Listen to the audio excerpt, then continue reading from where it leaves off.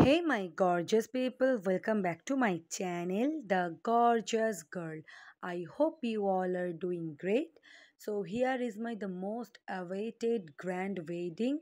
এইটা হচ্ছে আমার বিয়ের পোস্টার আমাদের হ্যাশট্যাগ ছিল Rajanya Raj and Ahana equals to Rajanya এইটা হচ্ছে আমার পোস্টারটা মিডল পোর্শনে রাখা ছিল এন্ট্রির এবং আমার মেন গেটের এন্ট্রি এবং ভিডিও ফুটেজ আমার কাছে এই মুহূর্তে নেই সব ভিডিও ফুটেজ ক্যামেরাম্যান এবং ফটোগ্রাফারদের কাছে আছে এখন তোমাদের সাথে শেয়ার করছি যেই দিদি আমাকে মেকআপ করাতে এসেছিলো সেই দিদির নাম গার্গী দত্ত রয় চ্যাটার্জি দিদি আমার কাছে ছিল ম্যাজিশিয়ানের মতো এই দিদি আমার বিয়ের লুক এবং রিসেপশন লুক অসাধারণভাবে তৈরি করেছে আর একজনের কথা না বললেই নয় যিনি হচ্ছে হেয়ার স্টাইলিশ তার নাম হচ্ছে সোমা কর্মকার এই দুজন দিদি আমার বিয়ে এবং রিসেপশনের লুককে এক আলাদাই মাত্রা দিয়েছিল তো এখানে গার্গী ছোটোখাটো একটা মিনি ভ্লগ টাইপের বানিয়েছিল তো সেটা আমি গার্গীদির প্রোফাইল থেকে নিয়েছি না হলে তোমাদের সাথে আমি তো শেয়ারই করতে পারছিলাম না যে কি করে আমাকে সাজানো হয়েছিল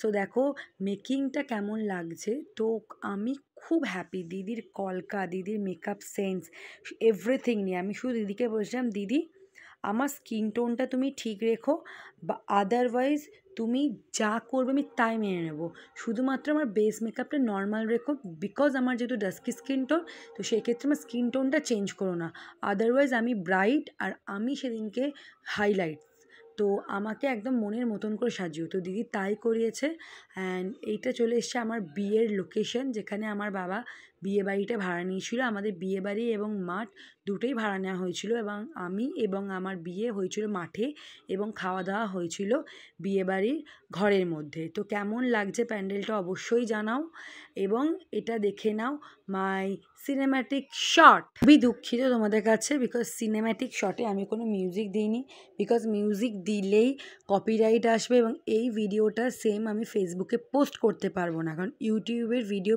ফেসবুকে দিলে সেই মিউজিকটা কপিরাইট দিয়ে দেয় খুবই দুঃখিত তোমরা যদি আমার বিয়ের ভিডিওর এই সিনেম্যাটিক শর্ট রিলসগুলো যদি দেখতে চাও প্লিজ আমাকে ইনস্টাগ্রাম এবং ফেসবুকে ফলো করে নিও আমি প্রত্যেকটা জিনিস ওখানে শেয়ার করি তাহলে গান সমেত কেমন দেখতে লাগছে ওভারঅল রিলসটা তাহলে তোমরা ওখানে দেখতে পাবে এবং আমার পেজটাকে প্রোফাইলটাকে লাইক এবং ফলো করে দিতে পারবে তো আমাকে দেখালাম তো আমার বরকে না দেখালে হয় তো হিয়ার ইজ মাই বরের কোনো ভিডিও আমার কাছে নেই সিনেম্যাটিক্সও আমি দিতে পারিনি ভাগ্যিস আমার ভাই দুটো ফটো তুলেছিল বলে সেটা আমি তোমাদের কাছে শেয়ার করলাম অ্যাটাচ করলাম এটা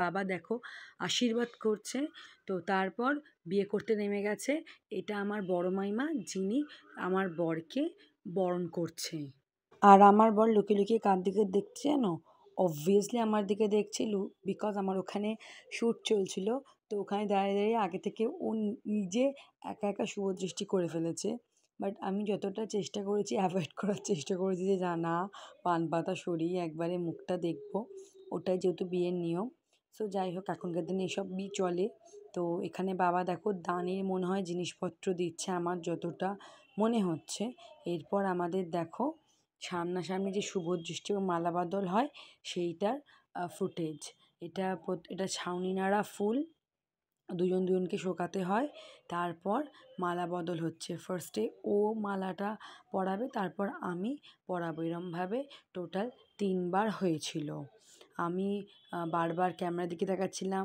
বারবার ওর দিকে তাকাচ্ছিলাম সে এক আলাদাই মুহূর্ত এটা মুখে বলে বোঝানো যাবে না তো দেখো কেমন লাগছে এটা আমাদের মালা বদল হয়ে যাওয়ার পর এবং এরপর আমাদের বিয়েতে বসতে হয়েছিল বিয়েতে নিয়মকানুন ছিলেও তো এখানে দুজনের বাড়ি থেকে দুটো ব্রাহ্মণ এসেছিল আমার বরের পাশে যেই লোকটি বসে উনি হচ্ছেন বরের বাড়ির ব্রাহ্মণ আর যিনি হলুদ পাঞ্জাবি পরে যার হাতটা একটু দেখতে পাওয়া গেল উনি হচ্ছেন আমার বাড়ির ব্রাহ্মণ তো এখানে সমস্ত যেহেতু ফুটেজ তাই আমি সমস্ত ভয়েস আমি মিউট করেছি বিকজ কিচ্ছু শোনা যাচ্ছে না বিয়েবাড়ি যেরকম কি আওয়াজ হয় সবাই মিলে হা হি করছে পিছনে গান চলছে এই সবগুলো চলছিল বলে আমি ভয়েস ওভার দিয়েছি আমাদের বিয়েটা আমরা অনেক দিন ধরে ওয়েট করেছিলাম তো সেক্ষেত্রে নিজেদেরকে অন্য রকম লাগছে এবং খুবই কীরকম ফিল হচ্ছে আমি আজও বলে বোঝাতে পারবো না। সেই মুহূর্তটা আমার মনে হয় যে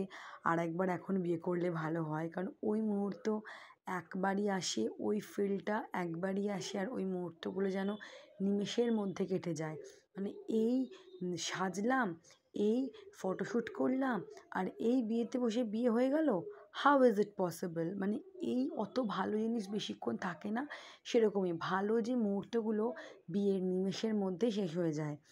আর একটা কথা বলে রাখি, বিয়েতে আমার কোনো মন্ত্র উচ্চারণ ছিল না। যা মন্ত্রপাঠ ছিল সেটা সমস্ত বরই করেছে, এটা বরদেরই আর কি নিয়ম। এটা জানতাম না। তো যারা অবিবাহিত আমার ভিডিও এবং ব্লগটা দেখছো, তারা জেনে নাও, বিয়েতে একদম বসে রিল্যাক্স করবে, কোনো মন্ত্রোচ্চারণ তোমাদের করতে হবে না। যা করবে সব তোমাদের বররা করবে। তো যাই হোক, এখানে আমার দায়িত্বে ছিল চুপ করে বসা, সবার দিকে এপাশ ওপাশ তাকানো, কে কী এসছে সবাইকে বলা যে ভালো করে বুঝে শুনে খেয়ে যাবে। আর যাদের খাবার হয়ে গেছে তাদেরকে জিজ্ঞেস করা যে কেমন হয়েছে খাবারটা। এইটুকুনি বিয়েতে আমার বসে কাজ ছিল। এবং এটা হচ্ছে সেই বুঝতেই পারছো সিঁদুরদান মোমেন্ট। দেখো, আমরা তার আগে ভগবানকে ডেকে নিয়েছি, ভগবান দেখে রেখো আমাদের দুজনকে, ভালো রেখো। তো এই হচ্ছে আমাদের সিঁদুরদান। তো ফাইনালি আমি এবং আমার বর দুজনেই অবিবাহিত থেকে বিবাহিততে পরিণত হয়ে গেলাম। আর এই সিঁদুর 3বার পরাতে হয়। তো ফার্স্টবার পরানোর পর আরও দুবার দুরকম মন্ত্র উচ্চারণ করার পর পরাতে হয়েছিল, তারপর লজ্জাবস্ত্র দেওয়া হয়েছিল। তো এই ফুটেজটা আমি একদম রেখেছি, যাতে পুরো জিনিসটা আমার কাছে মনে থাকে এবং আমরা আমাদের মতো এই ব্যাপারটাকে বারবার এই ভিডিওর মাধ্যমে দেখতে থাকি। তো বিয়ে তো হয়ে গেছিলো। তো তারপর আর কি কীরকম পেটের মধ্যে বাটারফ্লাই হচ্ছিল, যে মনে হচ্ছিল যে এইটার জন্যই এত বছর ওয়েট করা, এত কিছুর সামনে লড়াই করা এবং এত সবাইকে সুন্দরভাবে একচিত্রভাবে এনে বিয়েটা সুসম্পন্ন করা। তো আমি এখানে আমার হাসিটা দেখে বুঝতেই পারবে আমি কতটা খুশি হয়েছিলাম। তো রাজ একটু টেনশানে ছিল যে ঠিকঠাকভাবে সিঁদুরটা পরাতে পারবে কি না পারবে।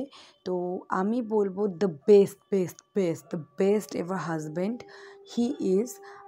No nazar please. ও আমাকে যেরম সফটলি সিঁদুর পরিয়েছিল, মানে আমি হয়তো অন্য কারোর কথা বলতে পারবো না, নিজের কথা বলছি যে এরকম সফটলি সিঁদুর হয়তো দুনিয়ায় হতেই পারে না। এত সুন্দরভাবে ঠেকিয়ে পরানো, এবং ফার্স্টবারেই আমার সিঁদুর আমার নাকে পরিয়েছিল। অবশ্যই সিঁদুরটা সিঁথিতে যাওয়ার পরই নাকে পড়েছিল। আগে থেকে ওই কায়দা করে নাকে ফেলে সিঁদুর পরানো ওই ব্যাপারটা নয়, যেটা এখন খুব ট্রেন্ডে। যারা পারে না তারা আগে নাকে সিঁদুরটা ফেলে, দেন সিঁথিতে সিঁদুর দেয়। বাট এখানে এরকম কোনো ব্যাপারই ছিল না।